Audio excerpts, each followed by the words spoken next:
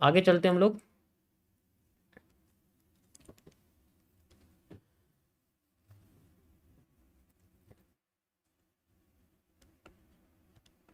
ये एडवांस लोगों के लिए है बेसिकली।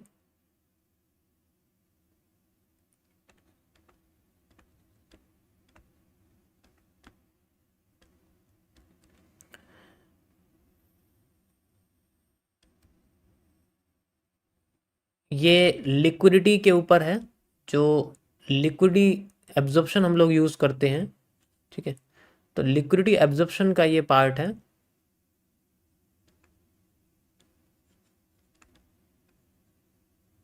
जिसे मैं बोलता हूँ अपथ्रस्ट स्टेयर्स।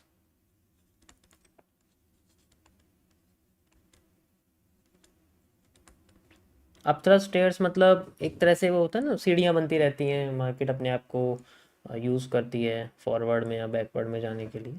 उसके बारे में हम लोग बात करें तो जनरली आपको पता ही है कि जिस तरीके से एक डाउन ट्रेंड में पैरेलल चैनल मार्केट बनाती है या बैंडिंग करती है, तो उसमें हम लोग जनरली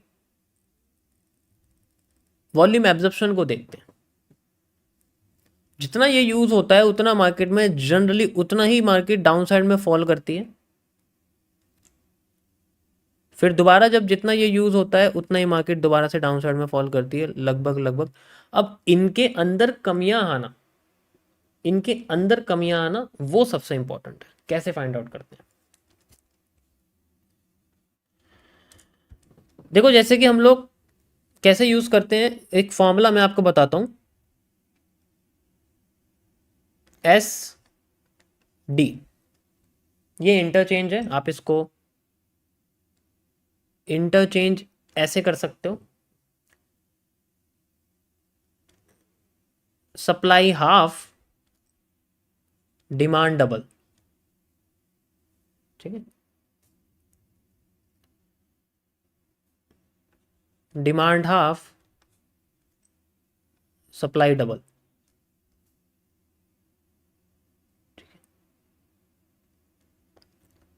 उसके बाद अगर डिमांड यहां पर डबल है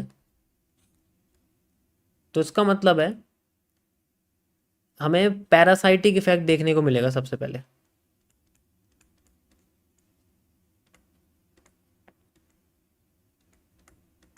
ठीक है, अब जब भी डबल की बात होती है तो इसमें आप कोशिश करो कि यहां पर हमें डबल की बजाय 1.5x सबसे ज्यादा देखने को मिलेगा, 2 गुने के मुकाबले। ठीक है, मतलब हम डबल डिमांड सोचते तो हैं, लेकिन एक्चुअल में क्या होता है कि हमें सबसे पहले 1.5x के बारे में ही सोचना पड़ता है। इसी तरीके से यहाँ पर 2x सप्लाई है, तो इसमें भी हम लोग सेम पैरासाइटिक इफेक्ट के बारे में बात करेंगे।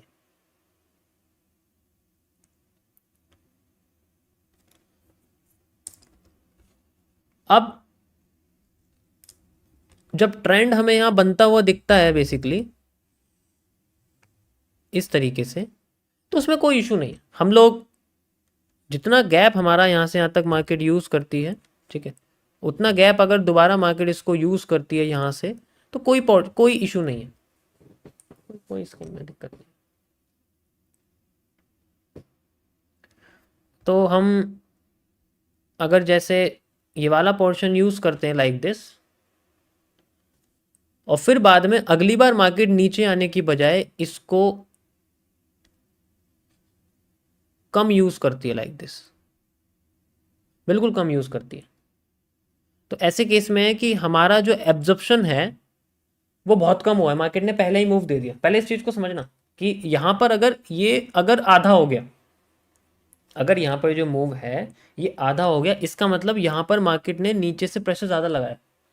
अब हमें मार्केट गिरती हुई दिखेगी कुछ हद तक, और जैसी गिरेगी पहला move fake and then reverse. इस छोटे से मूव को फिल करने के लिए वो अपना अपोजिट साइड में एब्जॉर्प्शन शुरू कर देगी। ऐसे में हम लोग बी आर सप्लाई किसी भी जगह से लगा सकते हैं जो एग्जैक्ट एरिया हमें देखने को मिलेगा, एंड उसके बाद फिर हमें मूव यहाँ दिखता है। तो first move fake then reversal की सबसे पहली जो हमें यहां पर मूवमेंट दिखती है वो ये होती है।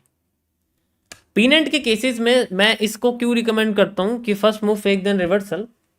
अब उसको डिटेल में समझते हैं ये किस तरीके से वो बनता है, कैसे काम करता है।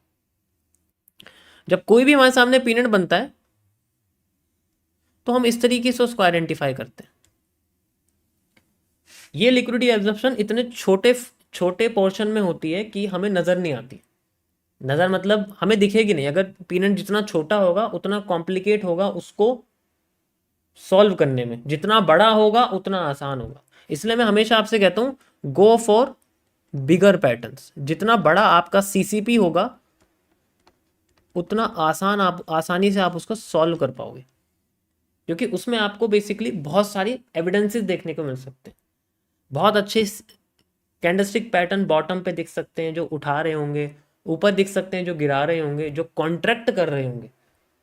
लेकिन अगर आपने इनको छोटा देख लिया तो उसका मतलब है कि इतनी सारी डिटेल आपको देखने को नहीं मिल सकती है। अब ऐसे केस में हमारे पास कई सारी एरिया होते हैं, जस्ट लाइक यहाँ पर आपको दिख रहा होगा, ये ऐसे करके मैंने बना दिया। तो ये जो पोर्शंस हैं बेसिकली, इन पोर्शंस में मार्केट क्या करती है, अपने आप को इंक्रीज करती रहती है, इंक्रीज करती रहती है। सबसे पहले वाला हाई और सबसे पहले वाला लो, ये तभी काम करेगा अगर पीनेंट स्ट्रेट बन रहा है। मैं आपको 3 तरीके के पीनेंट के बारे में बताऊंगा अभी। ये सबसे पहला है जो स्ट्रेट बन रहा है। इसमें जो सबसे स्टार्टिंग का जो आपका हाई होता है और जो स्टार्टिंग का लो होता है उसके ज़रिए हम लोग यूज़ करते हैं। और इसके जो गैप हैं वो लगभग ऐसे होने चाहिए कि अगर वो कॉन्स्टेंटली बढ़ रहे हैं, जैसे यहाँ पर 1 था और यहाँ पर आपको या तो 1.5x बड़ा दिखे या 2x बड़ा दिखे, इसका मतलब है पीनेंट रियल में कॉन्ट्रैक्ट कर रहा है। इसी तरीके से ऊपर भी आपको दिखे कि यहाँ 1 है और यहाँ पर या तो 1.5x है या फिर 2x है, तो इसका मतलब मार्केट में जो पीनेंट है वो रियल में हमें कॉन्ट्रैक्ट करता हुआ दिख रहा है। अब किसी भी एक जगह पे इसने अपना, अब ये सबसे इंपॉर्टेंट पॉइंट होता है जहां पर ये अपने आप को स्क्वीज करने वाला दोबारा होता है। यहां पर अगर इसने अपना जो पोर्शन है किसी एक साइड में कम कर दिया, जैसे यहां पर ही कर दिया इसने, इतना ऊपर ना जाके, जस्ट लाइक ये यहां बना, ठीक है, और यहां जाके इसने अपने आप को कम करा एंड देन यहां से जाके अपने आप को नीचे करना शुरू कर दिया। तो ऐसे केस में इसका ऊपर का हिस्सा ज्यादा बच गया। एकदम से इसने प्रेशर देना शुरू कर दिया, क्योंकि ऊपर का कम बचा है तो नीचे का ज्यादा, ऊपर का ज्यादा यूज कर लिया तो नीचे का कम यूज होगा। इसका मतलब नीचे का हिस्सा बहुत कम यूज होगा, पहले से भी कम हो गया, जबकि इसे बड़ा होना था यहाँ पर ज्यादा, लेकिन बड़ा नहीं हो पाया। तो ये एक साइड में पहले इसने नीचे मूव हमें दे दिया, फिर हमें यहाँ रिवर्सल मिला। अब इसको मैं आपको चार्ट पे समझाता हूँ। यहाँ तो थोड़ा सा है ना कॉम्प्लेक्स हो गया, किस तरीके से हमें यूज होता वो दिखेगा ही बेसिकली, ठीक है। बड़ा पेनेंट देखते हैं कहाँ पर मिलेगा हमें। ये देखो, ये हमारे सामने बना हुआ है। यहाँ पर लाइन चार्ट पे आते हैं, यू कैन सी दिस। ये बहुत डिटेल है। सो यहां से लेके यहां तक आपको जो पोर्शन दिख रहा है उसमें कोई इशू नहीं है। उसके बाद ये जो आपको पोर्शन दिखा, चलो मैं बिना ट्रेंड लाइन के बता देता हूँ, ठीक है, बिना ट्रेंड लाइन के बता देता हूँ। ये देखो यहाँ पर, ठीक है, ये पीनेंट तो आपको दिख ही गया होगा इसमें कैसा बना हुआ ये रहा। अब इसमें ये जो पोर्शन आपको दिख रहा है बेसिकली, इसमें कितना सा गैप है और ये जो पोर्शन आपको दिख रहा है इसमें कितना छोटा सा गैप है। तो मार्केट सबसे पहले कहाँ जाएगी, लोअर कंसंट्रेशन की तरफ, क्योंकि ऑलरेडी उसके पास यहाँ ज़्यादा है ही, तो ज़्यादा की तरफ थोड़ी जाएगी, वो पहले लोअर की तरफ जाएगी। उससे पहले छोटा हिस्सा कवर करना पड़ेगा। कवर कर दिया, फिर उसके बाद जो हमें फेक मूव मिलेगा रिवर्सल के तौर पे, वो हमारा होगा। ये मूव हमारा है। लेकिन अगर ये हाई क्रॉस नहीं करता तो फिर हमें छोटा ही मूव दिखेगा। ऑब्वियसली बात है, सबसे पहले इनसाइडर हमें डिमांड यूज करनी पड़ेगी। एंड फिर बाद में अगर मार्केट इसको क्रॉस कर देती है, अब हम ट्रेंड के साथ चलेंगे। अब हम ऐसे रिवर्सल नहीं पकड़ सकते, अब हमें रिटेस्टिंग पकड़नी है, यानी कि टॉप का हिस्सा हमेशा पकड़ना पड़ेगा, टॉप का हिस्सा पकड़ना पड़ेगा, टॉप का हिस्सा पकड़ना पड़ेगा। ये तो ट्रेंड कंटिन्यूशन में चलो हम यूज कर रहे हैं बेसिकली। तो जो हल्का सा एरिया यहाँ बचेगा वही हमारे लिए जो है सबसे कम लिक्विडिटी को जो है एब्जॉर्व करता हुआ दिखाएगा, कि भाई वहां कम हुई है तो उधर की साइड मूव दिखाओ पहले एंड देन फिर कंटिन्यू करो। इसी तरीके से आपके जो है बेसिकली W और M काम करते हैं।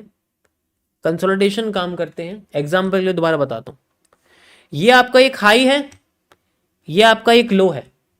जब ये मार्केट नीचे आती है, ऊपर जाती है, चली गई, ऊपर जाने के बाद नीचे आ गई, इतना बड़ा गैप बचा, फिर ऊपर चली गई, इतना छोटा गैप बचा, मार्केट कहां जाएगी? यहां जाएगी मार्केट। तो जो पहले पहले मूव्स होते हैं, पहले पहले जो हाई लो होते हैं, वो बहुत इंपॉर्टेंट होते हैं। हर ट्रेंड के साथ ये कहानी है, सबके साथ ये कहानी। और यही इसके फेक मूव देन रिवर्सल के नेचर का सबसे बड़ा आप कह सकते हो कि पोर्शन है।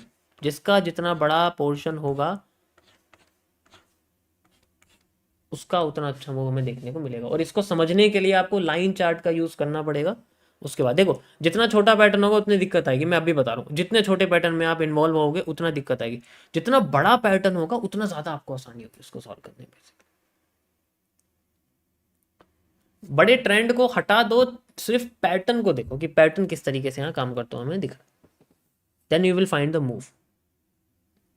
ये सेम चीज आपको चैनल में दिखेगी, पीनट्स में दिखेगी, ब्लू रे में दिखेगी, और जितने भी सीसीपीज हैं, वाईफाई और हमारे जितने भी सीसीपीज हैं, सब में आपको ये चीज़ देखने को मिलेगी। उनको डिटेल में देखना पड़ेगा। ठीक है, अगर आप डिटेल में देखना चाहते हो तो ही इस चीज़ को यूज़ करने की कोशिश करना, वरना मैं तो देखो बस आपको एक्सप्लेन कर। बाकी जितने भी आपको यहाँ पर पीनट्स वगैरह देखने को मिलेंगे उन सब के साथ ये होता है, सबके साथ ये होता है। यहाँ पर आप देख सकते हो, ये देखो यहाँ पर किसका सबसे ज़्यादा लिक्विडिटी एब्जॉर्ब हो रहा है, 1 2 एंड 3 बढ़ता जा रहा है, लेकिन ऊपर में कोई इंक्रीमेंट नहीं है, ऊपर में कोई इंक्रीमेंट नहीं है, तो हल्का सा बचता है। तो पहला मूव हमें ऊपर देखने को मिलता है एंड देन फिर मार्केट रिवर्स हो जाती है। तो जिसके अंदर एब्जॉर्प्शन ज्यादा हो रहा है वहां मार्केट सबसे पहले मूव नहीं देती है, जहां बचता है जिसको छोड़ देती है कि यहाँ नहीं हो, तो उस साइड वो लिक्विडिटी मतलब कम लिक्विडिटी की तरफ जाती है और ज्यादा लिक्विडिटी की तरफ बाद में आती है। जब सारी लिक्विडिटी फिल हो जाती है तो मार्केट एक न्यूट्रल स्टेट में आती है। अगर मैं इस सारे पोर्शन को कंबाइन कर दूंगा तो आपको यहां पर एक ड्रैगन फ्लाई डोजी दिखेगा, ऐसे करके दिखेगा, नहीं दिखेगा? इसी को हम लोग बोलते हैं, आप बैलेंसिंग कह सकते हो, ठीक है, या फिर आप इसको, क्योंकि जब मार्केट अगेंस्ट में चली जाती है तो लिक्विडिटी रिस्क कहते हैं, वरना उसे बैलेंसिंग कह देते हैं हम लोग। जब भी पोर्शन कंप्लीट होगा तब मार्केट अपना एक नया स्ट्रक्चर क्रिएट करेगी जहां से ट्रेंड बनना शुरू होगा। और अगर वो ट्रेंड अपने आप को कंटिन्यू करता तो वो ट्रेंड फिर बाद में एक मेजर ट्रेंड बनाता है। जैसे डोजी बना, जैसे मार्केट यहाँ आई, डोजी बना, डोजी बनने के बाद अगर ट्रेंड बनता है तो हमारे लिए एक मॉर्निंग स्टार है एंड देन फिर एक नया ट्रेंड बनता है। ये आपके लिए इस तरीके से, तो ये तो चलो कंटिन्यूएशन की बात होगी हमारे पास। तो इस तरीके से आपके जो है ये लिक्विडिटी एब्जॉर्प्शन काम करते हैं, और किस तरीके से किस जगह पे मार्केट अपने आप को एब्जॉर्व करती है, यूज करती है, उसी जगह पे सबसे पहले उसका मूव हमें देखने को मिलता है। समझ में आया? मैंने बहुत सारे एग्जांपल आपको दिखा दिए, जहां भी आपको दिखे आप वहां इसको यूज कर सकते हो, जिस जगह से भी।